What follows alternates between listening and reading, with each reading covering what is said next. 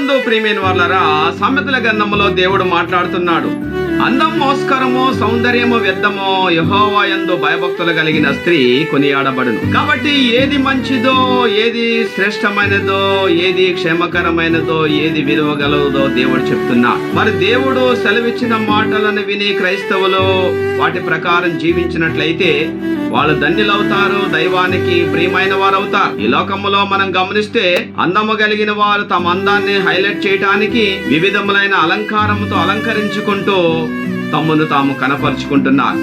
అందము లేనటువంటి వారు కూడా వివిధములైన అలంకారంతో అలంకరించుకుని అందమైన వారుగా తమను తాము కనపరుచుకుంటున్నారు. కానీ ప్రభునందు ప్రియమైన వాళ్ళరా, బైబిల్లో చెప్పబడినట్లుగా సుందరములైన మన అవయములకు ఎక్కువైన సౌందర్యం అక్కర్లేదు. కాబట్టి క్రైస్తవులు దేని చేత అలంకరించుకోవాలి అని పేతురు పత్రికలో రాయబడింది.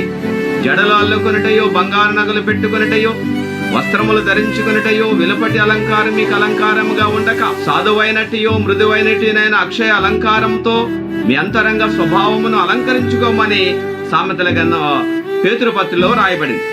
కాబట్టి దేవుడు చెప్పిన దాన్ని మనం విని ఆ విధంగా మనం జీవించినట్లయితే, ఆ విధంగా మన అంతరంగ స్వభావాన్ని అలంకరించుకున్నట్లయితే మనం ధన్యులమవుతాం, దైవానికి ప్రియమైన ప్రజలు మనము కాగలుగుతాం. దేవునికి స్తోత్రం.